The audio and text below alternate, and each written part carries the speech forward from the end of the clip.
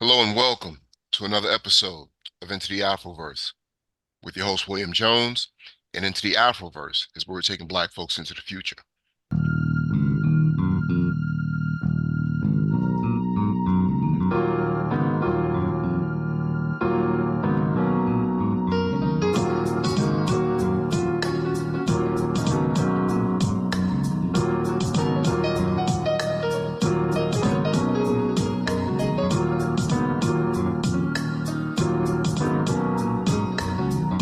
Today we are rejoined by Dr. Brooks. And if you're listening to the last episode, you know that Dr. Brooks is a professor in communications at California State University, East Bay, and he's a visiting professor at Hasso-Plattner Institute for Design at Stanford University. Dr. Brooks is co-founder of the Afro Rhythm Futures Group, imagining democratized futures as a co-designer of the game Afro Rhythms from the Future. And I want to talk about that game today. He's the co-executive producer of the Afrofuturist podcast, and he's a contributing author to the anthology Afrofuturism 2.0, The Rise of Astro Blackness. And Dr. Brooks recommends this book for all you folks out there that are looking to find out more about Afrofuturism and kind of walk people into it. So with that, I'd like to welcome back Dr. Brooks. How you doing? Oh, great. Excellent. Yeah, just like yesterday, you know. Exactly. So, yeah, like we were talking about on the last segment, uh, there's a game that you played a role in designing, whereby the players, among other things, and I'll allow you to talk about it, of course, among other things, are looking at creating a future, designing a future free of racism, combating white supremacy, and building a positive future for Black folks. Can you speak to that game, please? Yes, it was so exciting to create this game. I've been wanting to create a game like this for years. Inspired by the Institute for the Future and in fact, two of my mentors, or a few mentors, Stuart Candy and Jake Dunnigan, who created a game called Thing from the Future. And um, and what I noticed about that game, what I play with my students still too. But what we did was we took that game and we actually played it on my campus at Cal State East Bay with another colleague of mine, Ian Pollock, for a game jam that we were having. And we had predominantly women, Black players of the game. And we said, you know what, let's hack this game up. Because what I noticed is that it was kind of like, it's a great game, but it's also to have futures forecasting games, you want to appeal to a wider audience. You want them to be generic and all that stuff. But I noticed that there was an accent missing on this game. And when the women and Black players of the game played it, they have certain categories in the game. Like one of them is object, um, like a terrain card, like the context and mood. And so so the Black women in the group were like, mood. Well, Kanye's a mood, Beyonce's a mood. And we're Right, like, yes, right. This is what's missing. And right, then when they get terrain cards, which are kind of like around different subject areas like identity and childhood, they were like, well, where's the Black diaspora? Where's the LGBTQ community? right, And for objects, Lemonade had just dropped. This was like in 2017, and Beyonce's album Lemonade. And some of the women in the group were like, "Well, where's the handbag?" And we're like, "Yes, like where right, is the handbag?" right, Like all of our culture was just missing right. in the future. And so I was like, "Oh, you know what? I have another really great colleague of mine at the social media collective at Microsoft, and he's pretty much founded the field of algorithmic studies and studying the algorithm. And how do you moderate conversations on social media platforms? How do you understand that the algorithm is the new kind of co-editor in our work and what we do every day? And so I was like, you know what? We need to create the Afro rhythm. We need to create Afro rhythms from the future. And so that's what really inspired me. And at the time, I was at an augmented reality laboratory called Dynamic Land on Ninth and Broadway in this really amazing loft where they were created computers on the ceiling that project onto pieces of paper and make them into playable media. Okay. And I was meeting game designers and virtual reality people. I met the vice president of the Khan Academy at the time. And right across the street, right across the street at the time, these murals started popping up by Tarika Lewis, the former leader of the Black Panther Party, who was, and this is the time when the Black Panther was coming out in 2018, Right. where he was doing these amazing murals and saying, "This is not a Marvel fantasy. Welcome to Panther territory," you know? And I was like, yes. And it was so inspiring to see them. They were on glass, they were multicolored. I met a game designer there named at Dynamic Land, Eli Kosminski. Hmm. Um, and he worked with me on some of the mechanics of creating a new game on the Algorithms from the Future game. So what we did was we played around with how do you create tensions in the future? Like you take 6 tension cards, and you think about, well, will there be more or less black storytelling in the future? Will there be more or less white supremacy in the future? And we have a conversation. It's a conversational game. And we choose 2 tensions like this out of 6.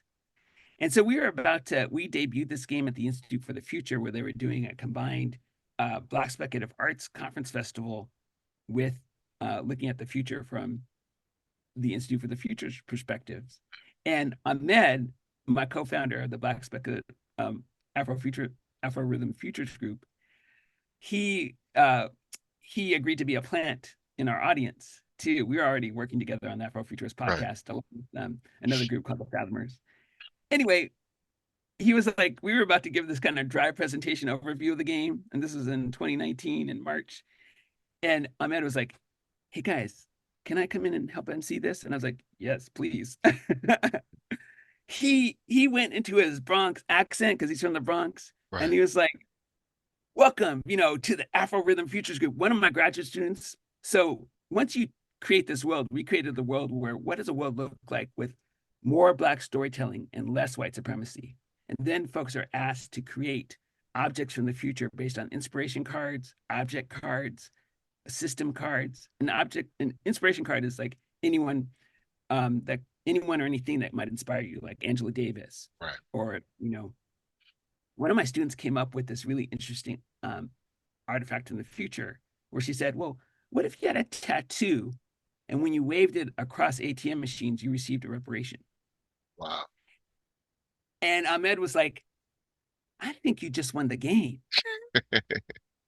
It's an ancestral tattoo. Uh, it's an ancestral tattoo Right. for reparations. And so, you know, he was able to amplify people's imaginations. Hmm. I'm called the librarian in the game. I give an overview of Afrofuturism before we even play the game at our events. And then Ahmed is what we call the visionary. I'm the librarian. He's the seer, and I'm the librarian. And we also have a scribe, our other teammate Jade Fabello. So once you pick these 2 tensions, we decide on, well, what level from 1 to 5 with the most possible and the least possible Right. amount of this tension we have in the future. Will there'll be black storytelling at a 5 and white supremacy at a 1, hopefully 0. But then we have a conversation about, well, what does black storytelling mean to you today? What does Right. white supremacy mean to you today? We Right. define those. We have a community conversation about what reflects our thinking at the moment. And then we dive into creating objects, artifacts from the future, where we ask people and say that there are no wrong answers. We want to unleash your radical imaginations. And so folks have come up with artifacts like with Angela Davis as an inspiration and shoes as an object and maybe a system card of social justice. And we've someone's created and illustrated Angela Davis shoes Wow. where like what if you were walking in these shoes and up pops a holographic projection of Angela Davis who tells you about her affiliation membership and leadership of the Communist Party and her affiliation with the Black Panther Party. Right. Her allies and friends there.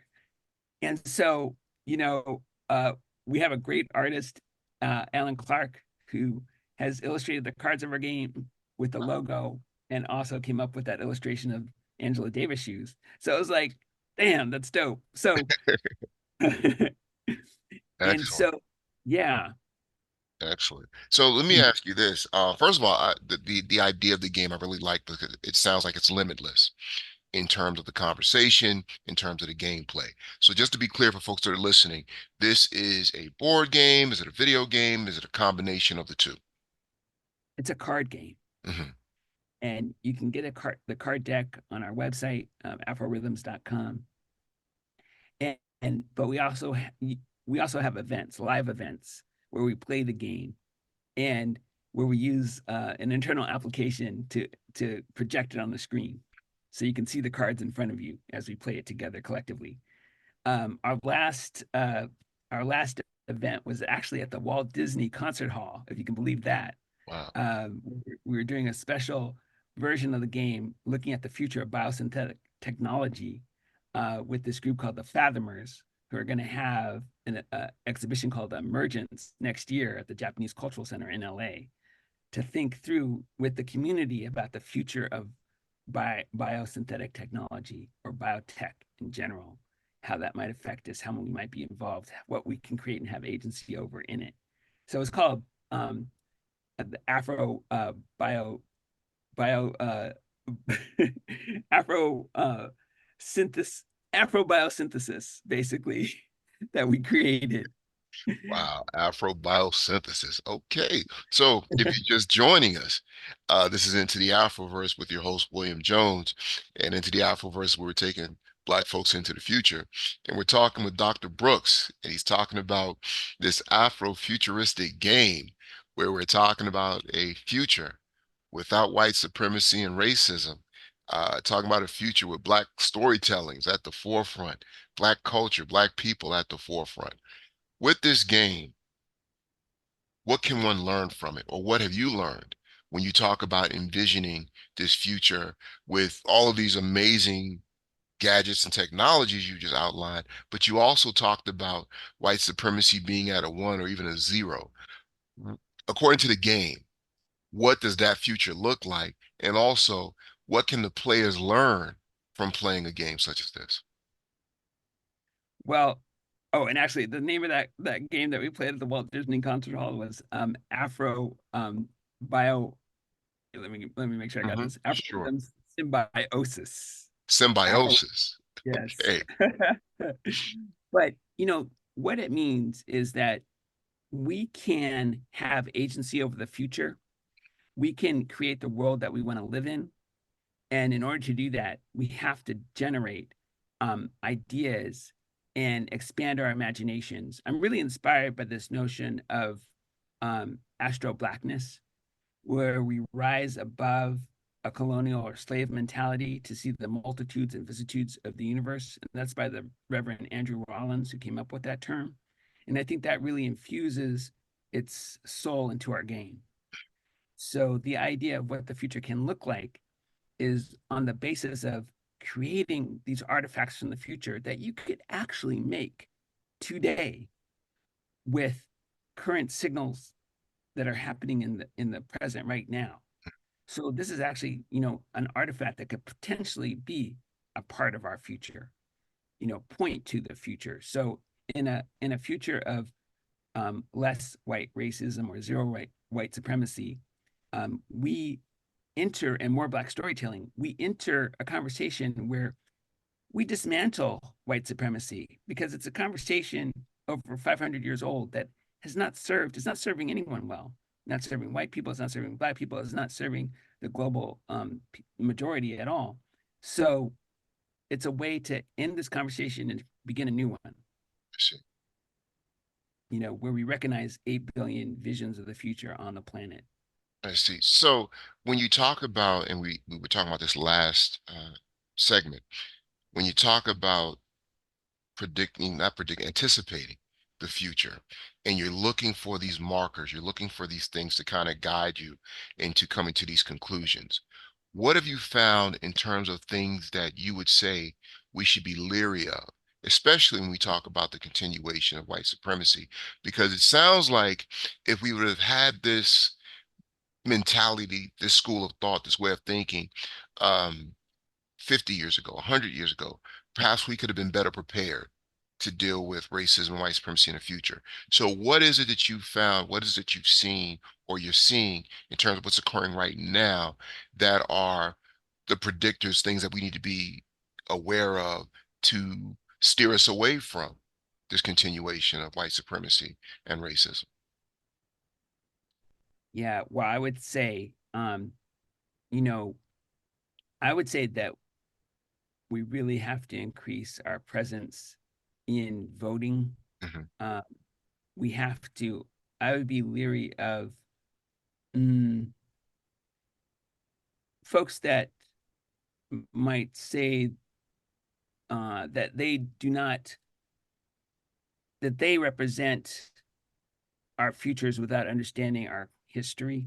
Hmm. I would say actually that to have a presence in AI and artificial intelligence and understand that anyone that offers these uh, these technologies to us, that they work with communities to have a co-literacy with them. So it's kind of like, and I'm inspired by an article by some Native American researchers called "Making Kinship with Machines," because from the Native American perspective, um, is that they actually will approach machines and AI and inanimate objects in general as potential kin. Right. How do we bring them into the family? So I'd say that's a conversation that we need to raise up when we are confronted with new technologies is how do we make them family? Because we as Black folks, we are very accepting of people. Hmm. We'll bring them in, you know. Um, I'm a mixed heritage, like I'm Black, but I'm Jewish, and Native American. My mom predominantly Jewish. She loved being part of the Black community because they were so accepting and less critical of her than her family was, Right. you know. And so I have that direct experience that they embraced her, they celebrated her, and so the whole idea of how do you make kinship with machines is a way of opening up our ancestral intelligence, the way that we embrace people from the outside. We take them in, but also know that we will have this conversation where we like get to what is that? How do we do it with more soul? How do we raise our collective soul with it? So it's kind of like, you know, having that conversation, raising our literacy with about it and accepting it in as family where it doesn't dominate us, but where we have co-agency with it. Wow, that's interesting. I haven't heard anyone talk about bringing technology in as family. I've never heard anyone put it that way, but when you explain it, yeah, it makes sense because it's becoming such a part of our lives anyway. I don't know anyone that doesn't walk around without their cell phone or live their lives, through phones or computers in some way, shape, or form. So it only makes sense that that would be, um, I guess, the next stage. So yeah, I like that. I like that. Now, you mentioned family. You mentioned the community bringing in folks and so forth. What has your futuristic studies, if you've looked at this particular question, what is it telling you about the future of Black families and Black relationships? Yeah. So I think the future of Black families and Black relationships is a really important topic, um, where we think about how do we um, maximize possibilities for Black people to have families of all kinds. Now, it could be the traditional family, which is great, but how do we strengthen single Black moms, single Black fathers, uh, uh, LGBTQ Black families together as well? And I think that any, the the queer community can have children too, right? Especially these days. So the idea is that family can take on many different forms with or without children too. The idea is about legacy and being a good ancestor. And so when we think about Black families, how do we create good ancestors and create these legacies through ideas, through, actual kids, Right.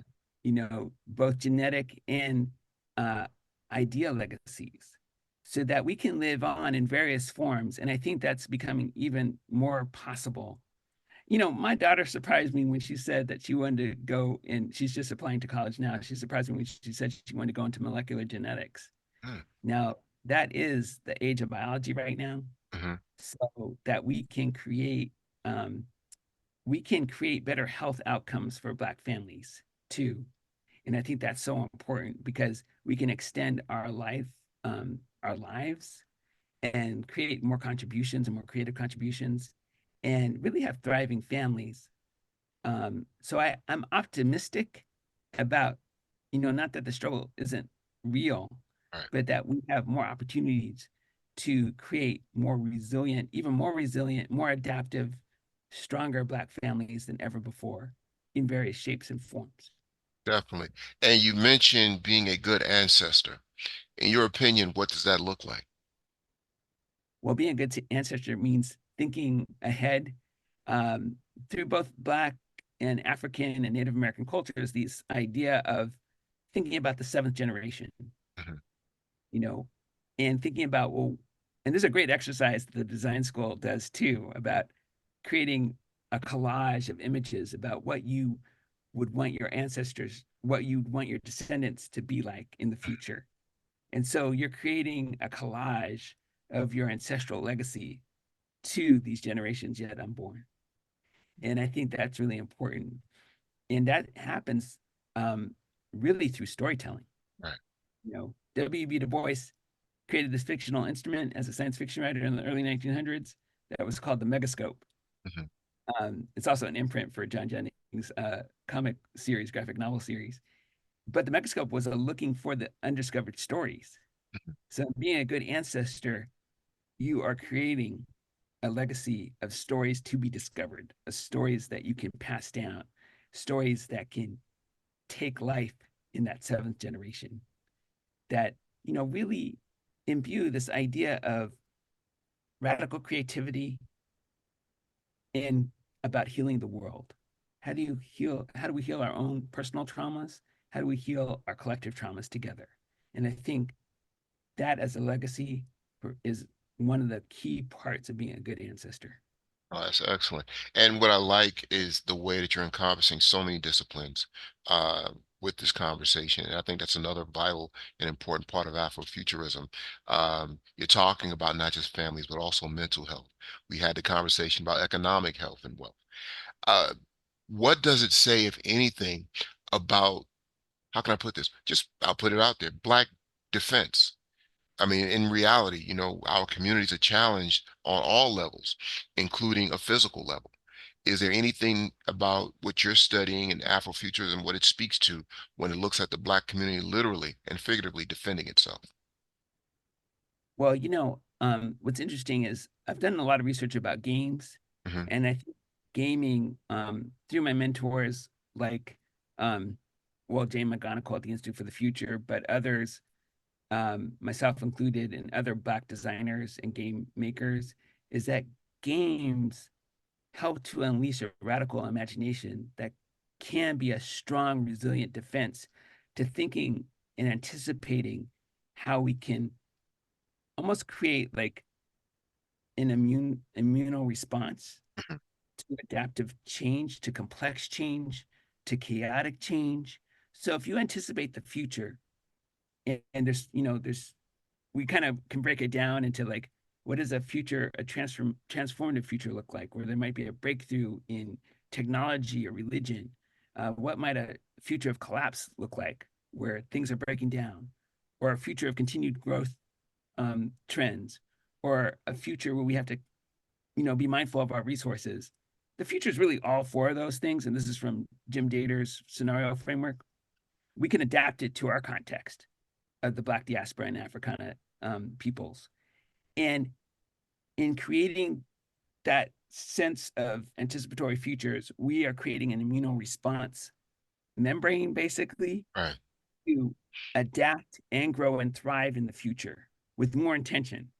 Before, maybe it was more like on the fly, but Right. we are creating tools and techniques that we know are scientifically validated, and we can really create that defense.